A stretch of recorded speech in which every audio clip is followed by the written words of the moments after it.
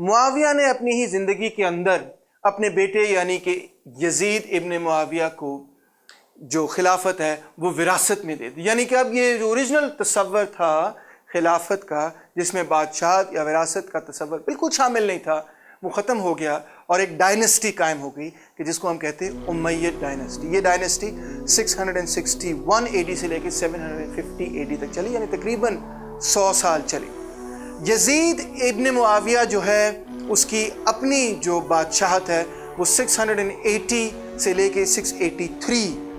اے D تک قائم رہی، یعنی کہ 3 سال قائم رہی.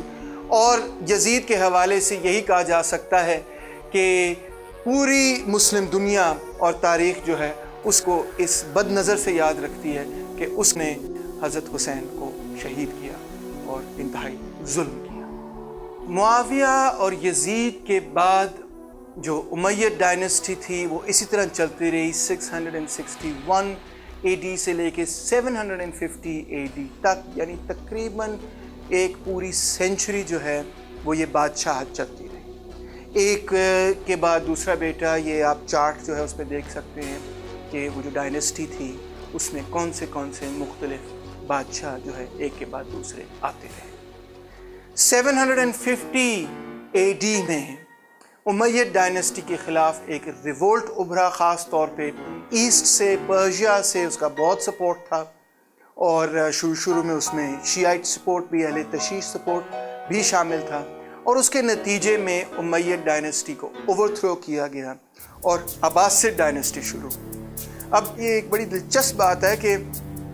امید ڈائنسٹی کے اوور تھرو کے نتیجے میں ان اصولوں کے پاس واپس نہیں چلے گئے لوگ کہ جس میں وہ پہلے تھے کہ جو بادشاہت کے خلاف تصور تھا، بلکہ اب بادشاہت کا اصول جو ہے وہ ہمیشہ کے لیے قائم ہے. عباسد خلافت جو ہے 750 اے ڈی سے 1258 اے ڈی تک چلی کہ جب منگولز نے اٹیک وغیرہ کیا اور اس کے بعد اس کی ڈسٹرکشن وغیرہ ہوئی. عباسد نے تقریباً تمام امید جو رولنگ کلاس ہے ان کو ایلیمنیٹ کر دیا تھا، سوائے ایک شہزادے کے کہ جس نے وہاں سے بھاگ کر اسپین کے اندر اپنی خلافت اپنی ایک سلطنت قائم کی، جو کہ 756 اے ڈی سے لے کے 1031 اے ڈی تک ایک امید ڈائنسٹی قائم کرنے میں کامیاب ہو اسپین کے. اس کے بعد وہ ڈائنسٹی تو ختم ہو گئی، مگر اسپین کے اندر مسلم رول جو ہے وہ تقریباً 1492 تک ویریس ڈائنسٹیز کے تحت قائم رہا. مثال طور پہ طائفہ ڈائنسٹی تھی 1031 سے لے کے 1147 تک، المہاد ڈائنسٹی تھی 1121 سے لے کے 1269 تک موراکو اسپین، گرناڈا 1228 سے لے کے 1492 تک.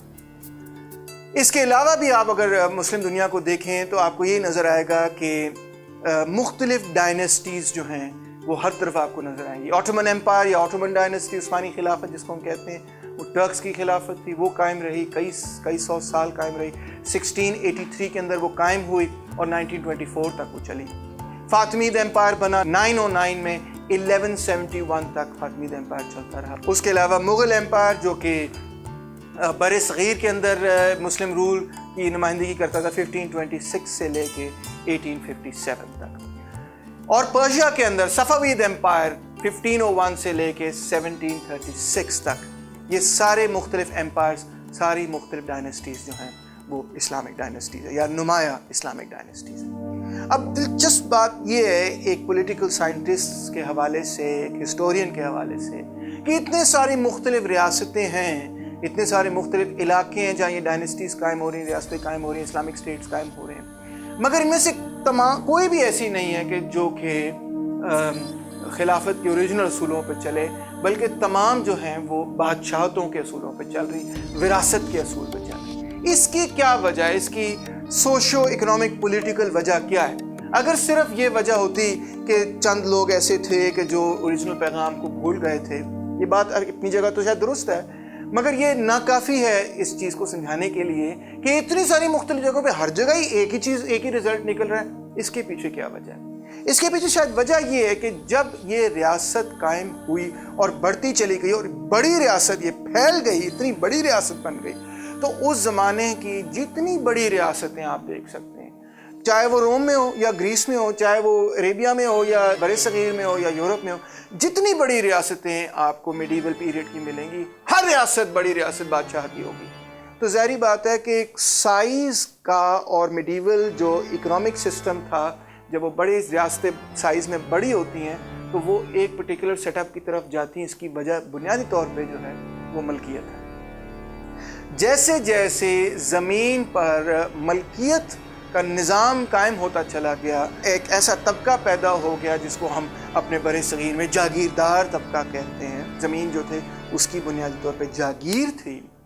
تو وہ جاگیر کے کنٹرول کے نتیجے میں اس کی جو سوشو اکنامک پولیٹیکل پاور تھی وہ بہت اسٹرانگ تھی، اور اس پاور کو استعمال کرتے ہوئے جو سب سے زیادہ اس میں پاورفل فیملی تھی وہی اکثر و بیشتر بادشاہ بنتی تھی۔ یہ ایک ایسا پیریڈ ہے تاریخ کا، آپ اس پہ ذرا سوچیں کہ نہ تو کوئی نیشنل پریس ہے، نہ تو کوئی پرنٹنگ پریس ہے، نہ کوئی ریڈیو ہے، نہ کوئی ٹیلی ویژن ہے۔ لہٰذا یہ اس دور کے اندر یہ ایک ناممکن سی بات ہے کہ آپ جو اتنی بڑی سلطنت پہ، اتنی بڑی ریاست کے اندر ایک مکمل الیکشن کروا لیں گے، جس طرح آج کے جدید دور کے اندر الیکشنز ہوتے ہیں، اس دور کے اندر اس طرح الیکشنز ہو ہی نہیں سکتے تھے۔ پھر دوسرا اس کے انٹرنل میٹامورفسس ہے کہ جو چھوٹی ریاست تھی، جس طرح مدینہ ایک سٹی اسٹیٹ تھا نا، ایک شہر ہے اس کے اوپر ایک ریاست، جہاں سارے ایک دوسرے کو، جس طرح ایرسٹوٹل کہتا ہے، آرگینکلی ایک دوسرے کو جانتے ہیں، ایک دوسرے کے نام پہچانتے ہیں، تو وہاں پہ ایک ایسی جمہوریت قائم ہونا جو ہے وہ بڑی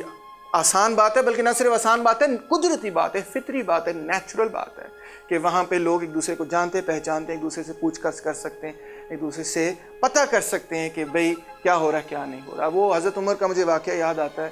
کہ جب وہ 2 چادروں کا ذکر ہوا تو انہوں نے کہا، ان کو وہیں مجلس کے اندر لوگوں نے پوچھا کہ آپ کے پاس 2 چادریں کس طرح آئیں۔ اب جب وہ ریاست اتنی بڑی بن گئی کہ اس کا ایک کونا جو ایجپٹ میں ہے اور اس کا دوسرا کونا جو ہے وہ پرشیا کے اندر ہے، تو پھر وہ جو مجلس ہے جو کہ پوچھ سکتی ہے کسی کو کہ بھئی آپ کے پاس 1 چادر یا 2 چادریں ہیں، یا 1 زمین ہے یا 2 زمینیں ہیں، یا یہ ہے یا وہ ہے، کیا ہے کیا نہیں، وہ مجلس تو صرف اسی شہر کی ہو سکتی ہے نا جس شہر کے اندر وہ مقیم ہے۔ یعنی اس کا مطلب یہ ہے کہ ایک تو اسکیل،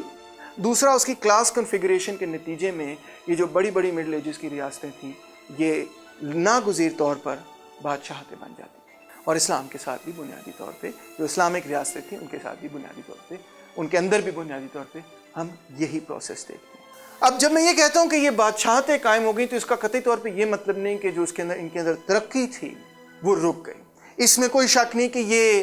ان ریاستوں کے مقابلے میں کہ جو کہ خلفائے راشدین کے دور کے اندر تھیں، اس ریاست کے مقابلے میں کہ جو کہ مدینہ کے اندر قائم تھی، یہ ایک بہت بڑی پسپائی تھی، ایک بہت بڑا پیچھے قدم لیا اسلامک ریاستوں نے۔ جمہوریت کے حوالے سے، عوام کے حوالے سے، عوام کے حقوق کے حوالے سے بادشاہتیں قائم ہوئیں، مگر اس کے ساتھ ساتھ تاریخ کا جو رخ ہے، تاریخ کا جو دھارا ہے وہ رک نہیں گیا بلکہ وہ آگے ہی بڑھا۔ جب میں کرسچینٹی کو تاریخی طور پہ دیکھتا ہوں تو کرسچینٹی کی کامیابی کے بعد یورپ کے اندر فوری طور پہ وہ خوشحالی نہیں پھیلتی بلکہ الٹ ڈارک ایجز پھیل جاتی ہیں۔ روم کیونکہ اتنی بری طرح جب وہ تباہ و برباد ہوتا ہے تو اپنے ساتھ وہ سب چیزوں کو ڈبا دیتا ہے، خود بھی ڈوب رہا ہوتا ہے، چیزوں کو بھی، سماج کو، تہذیب کو بھی ڈبا دیتا ہے۔ مگر یہاں پہ بالکل الٹ پروسیس ہو رہا ہے، عربز کی رینیسانس ہوتی ہے، حضور پاک صلی اللہ علیہ وسلم کے دور کے اندر ہی شروع ہوتی ہے، اور یہ چاہے ایک طرف ریاست قائم ہو یا ایک طرف بادشاہت قائم ہو، یا یہ کرپشن ہو یا وہ کرپشن ہو، یا اس اصول کو بھول جائے یا دوسرے اصول کو بھول جائے، مگر بہرحال اوور آل سویلائزیشن کو اگر ہم دیکھیں، مسلم سویلائزیشن، اسلامک سویلائزیشن کو ہم دیکھیں تو باوجود ان تمام مسئلے مسائل کے ایک مکمل اسلامک، یا آپ کہہ سکتے ہیں پہلے عرب رینیسانس اور پھر اس کے بعد ایک براڈر اسلامک رینیسانس آپ کو سامنے نظر آتی ہے کہ مکمل طور پہ ان کی سوچ جو ہے ایک ری برتھ ہے، ایک تبدیلی ہے۔ وہ لوگ کہ جن کا کوئی آرٹ نہیں تھا، لٹریچر نہیں تھا، سائنس نہیں تھی، فلسفہ نہیں تھی، اب وہ پوری دنیا کے آرٹ، لٹریچر اور سائنسز کے لیڈرز بن جاتے ہیں۔ ان کے اندر ہر فیلڈ کے اندر کوئی نہ کوئی نئی دریافت جو ہے وہ شروع ہو جاتی ہے۔ میں سمجھتا ہوں کہ یہ جو رینیسانس ہے جس کو پہلے ہم ایک عرب رینیسانس کہیں گے اور اس کے بعد ایک براڈر اسلامک رینیسانس، کیونکہ اس میں نہ صرف عرب شامل ہیں، اس میں پرشینز بھی شامل ہیں، اس کے اندر بر صغیر کے لوگ بھی شامل ہیں، اس کے اندر نارتھ افریکنز بھی شامل ہیں، اس کے اندر اسپین کے اندر جو ہے خلافت وہ بھی شامل ہے، تو مطلب ایک پورا اس کے اندر ٹرکی بھی شامل ہے، پورا ایک ایریا ہے مڈل ایسٹ کا جو کہ اور نارتھ افریقہ کا اور میڈیٹرینین کا، جس کے اندر یہ نئی سوچ پنپ رہی ہے، جس کے اندر یہ رینیسانس ہو رہی ہے، تو پھر وہ ایک براڈر رینیسانس بن جاتی ہے۔ تو یہ جو رینیسانس ہے جو کہ عرب رینیسانس کے والے سے شروع ہوتی ہے اور پھر ایک براڈر اسلامک رینیسانس بھی ہے، اس کو میں سمجھتا ہوں کہ اس کا بھی کریڈٹ جو ہے وہ پروفیٹ محمد صلی اللہ علیہ وسلم کی سیاسی قیادت کو جاتا ہے کہ انہوں نے اس قسم کا نظام بنایا، اس قسم کی فورسز انلیش کی کہ شاید جو سب سے زیادہ بیکورڈ لوگ تھے اس دور کے اندر،